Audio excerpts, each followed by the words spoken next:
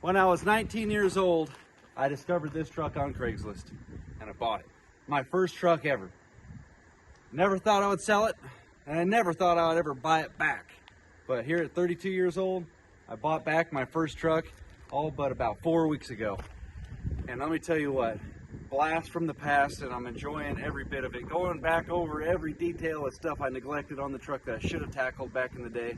But before we do a complete restoration on that truck, because it very much needs it, I wanted to compare the 1.0 truck to the 2.0. Because like I said, I bought that one when I was 19 and I sold it when I was about 25. I haven't seen it in 7 years. Never thought I would see it again. So a couple years ago, I discovered this rig and I thought, you know what, I'm going to go ahead and build a 2.0 version of my 96.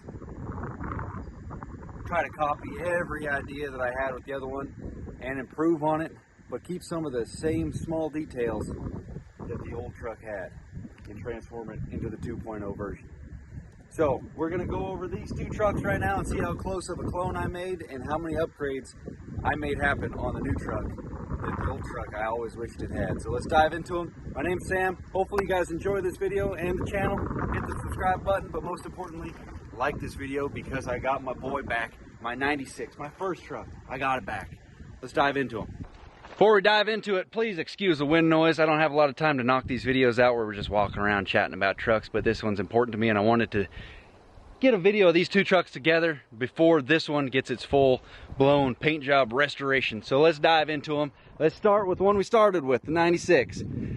This thing's a factory 96 12 valve automatic, 180 horsepower, lose every single race to a Prius there ever was because these things are absolute gutless with an automatic with factory horsepower.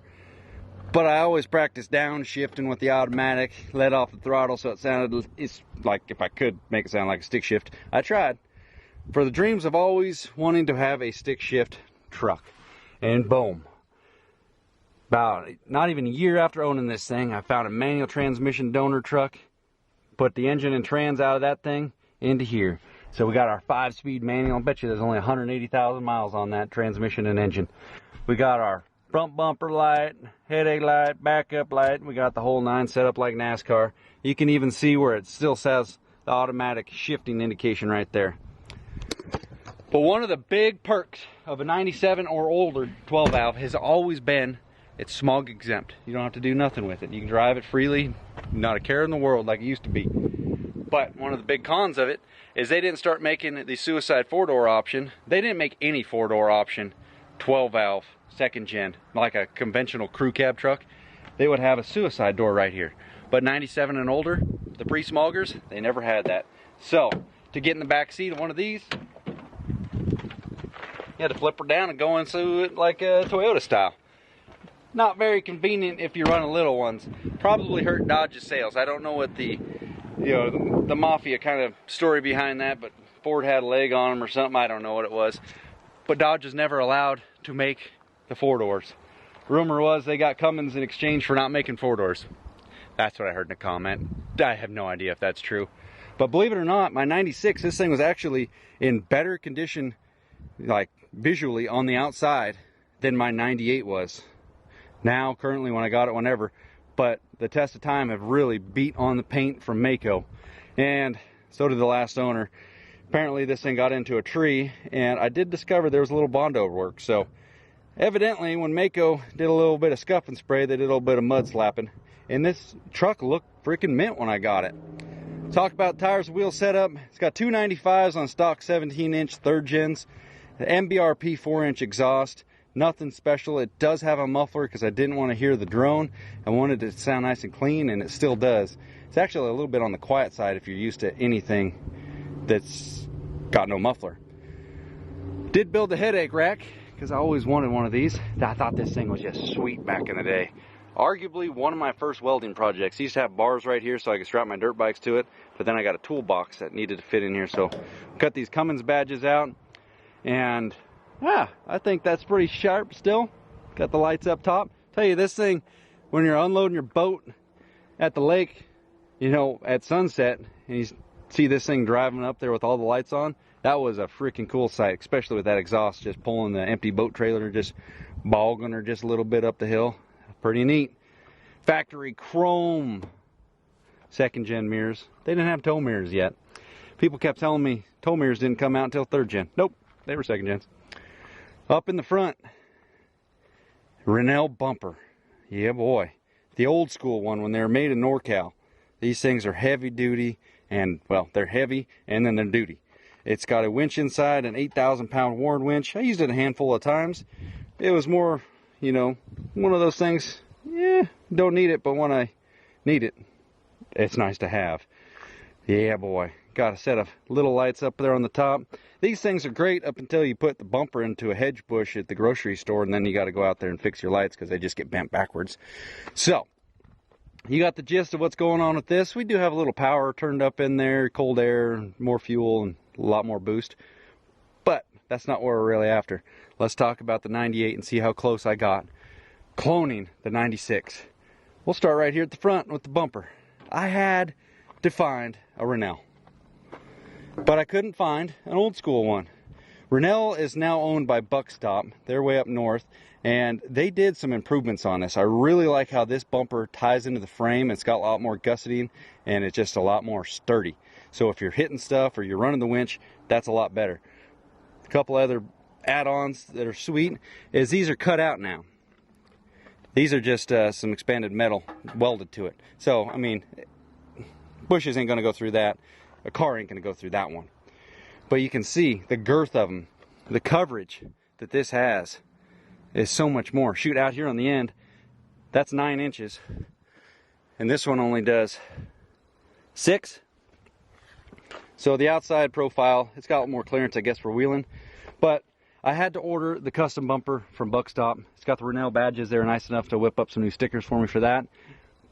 But since I was ordering it, I might as well upgrade it. This is 2.0 truck, let's do it. Had them cut out some holes right there for the fog lights. And instead of having the bars up here for the headlights or the runners, I had them put it on the bottom so that there's actually some coverage and some other stuff to hit it rather than just bending the light bar back. So it's tucked underneath. I had them just put the tabs on the bottom, and it's got to have a winch. Don't need it. Haven't probably ever used this winch. Maybe once, twice. I don't know. It's still got the little doodad on it. But it's a 12,000 pound Badland. Yeah, it's got more weight capacity. It's not a Warren. But yeah, I even have the old mud flaps that came off of this truck. That's how much I tried to copy it. The little, you can't see them anymore on here. They fell off, but it had those little gutter things. I don't know what they're actually for. You can crack the window and not get wind noise in there. You can crack the window when it's raining and the rain don't go in. I put a set of those on this truck. Chrome mirrors, but they're upgraded 4th gen tow mirrors. I don't think I've ever flipped them out. They're upgraded to heat now because when I was in Wyoming, those suckers are frozen over every morning. Had to de-ice them. But now I got heated tow mirrors on this one. Major upgrade. Still got a 12 valve Cummins in it. Factory automatic, 180 horsepower. Yeah. Lost every race to a Prius with that thing. To this day, this is still the most expensive 12 valve that I've ever bought. Now, I will buy as many 12 valves as I can afford. When it comes down to finding deals on them, if they're within a reasonable driving distance, I'll chase them all down, especially at mid-year 2024. Right now, they are going up on Marketplace all over the place. Somehow within 200 miles of me, I like anything over 50 miles, I'm like, it's a stretch. But if you're trying to buy a 12 valve project, right now is the time. When I found this one, it technically wasn't a project, but it was so close of a match to my 96. I wanted to make a clone. I paid good money for this truck. In doing so, this thing's actually got quite a bit less miles than any 12 valve I normally buy, just a little bit over 200,000 on this whole girl. But it does have BMW I installed on it, so I can actually gooseneck tow. That one never had that option. If you look back in the older photos, I did have a set of 3rd gen aluminums on that truck that I sanded down and primed and painted black, because I wanted a set of these, but these were expensive. I couldn't find a set of blacked out, basically Alcoas. So that's what I did. I got the set of tires and wheels that I always wanted on my 96, put it on the 98. No headache rack, got a fuel tank in there. Didn't see no need to build another rack. But like I said, to the T, this thing's got to match it. It's got another MBRP 4-inch exhaust with a muffler on it, so I'd say they sound pretty dang close. But to the T, this thing's a factory automatic truck. I didn't swap out the engine, but I still left the stick in there from the auto. The gauge thing still says the park reverse neutral D1, 2, but it's got one of these in it now. And if it's going to be an upgrade, it's got to be an upgrade. We need another gear. G56 out of, I believe, a 2006 truck. Now that means it's got the lower gear ratios in it, so not completely ideal, but a G56 nevertheless.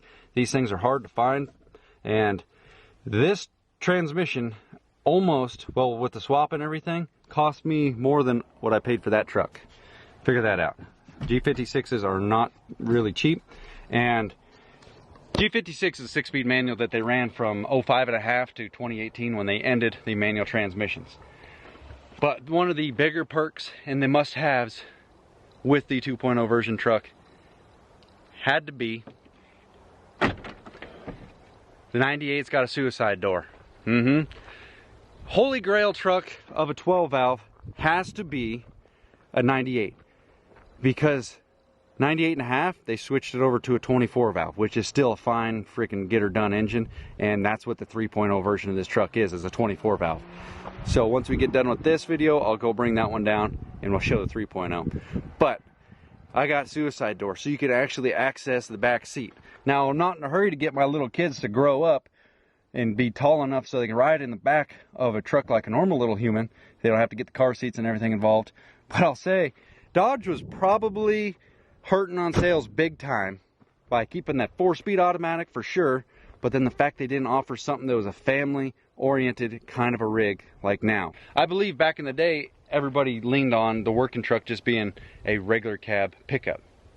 Just 2-door, no cares. Something like this would be perfect for a work truck too, because you could throw your hard hat in the back seat and a couple other things, and you're good. You can go hunting and throw your gear in the back. You know what I'm talking about?